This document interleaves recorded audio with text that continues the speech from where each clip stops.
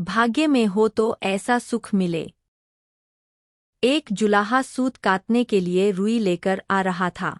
वह नदी किनारे सुस्ताने के लिए बैठा ही था कि जोर की आंधी आई। आंधी में उसकी सारी रुई उड़ गई। जुलाहा घबरायागर बिना रुई के घर पहुंचा तो मेरी पत्नी तो बहुत नाराज होगी। घबराहट में उसे कुछ न सूझा। उसने सोचा, यही बोल दूंगा फुर्रफुर्र, और वह फुर्रफुर्र बोलता जा रहा था। आगे एक चिड़ीमार पक्षी पकड़ रहा था। जुलाहे की फुर्रफुर्र सुनकर सारे पक्षी उड़ गए। चिड़ीमार को बहुत गुस्सा आया। वह जुलाहे पर बहुत चिल्लाया, तुमने मुझे बर्बाद कर दिया। आगे से तुम ऐसा कहना, पकड़ो पकड़ो।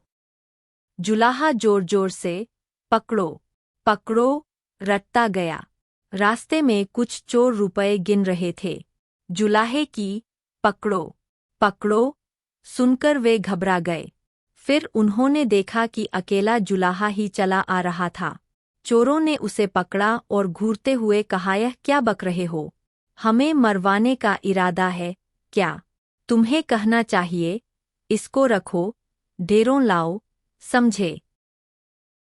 जुलाहा यही कहता हुआ आगे बढ़ गया, इसको रखो, ढेरों लाओ। जब वह श्मशान के पास से गुजर रहा था तो वहाँ गाँव वाले शवों को जला रहे थे। उस गाँव में ऐजा फैला हुआ था। लोगों ने जुलाहे को कहते सुना, इसको रखो, ढेरों लाओ। तब उन्हें बड़ा गुस्सा आया। वे चिल्लाए, तुम्हें शर्म नहीं आती है? हमारे गाँव में इतना भारी दुख फैला है और तुम ऐसा बकते हो। तुम्हें कहना चाहिए, यह तो बड़े दुख की बात है। जुलाहा शर्म से पानी पानी हो गया। वह यही रटता हुआ आगे बढ़ने लगा, यह तो बड़े दुख की बात है। कुछ देर बाद वह एक बारात के पास से गुजरा। बारातियों ने उसे यह कहते हुए सुना, यह तो बड़े दुख की बात है, यह तो बड़े दुख की बात है। इतना सुनकर वे जुलाहे को पीटने के लिए तैयार हो गए। बड़ी मुश्किल से उसने सफाई दी तो उन्होंने कहा, सीधे से आगे बढ़ो, और हाँ, अब तुम यह रटते जाना, भाग्य में हो तो ऐसा सुख मिले। अब जुलाहा यही रटता हुआ अपनी राह चल पड़ा। चलते चलते अंधेरा हो गया।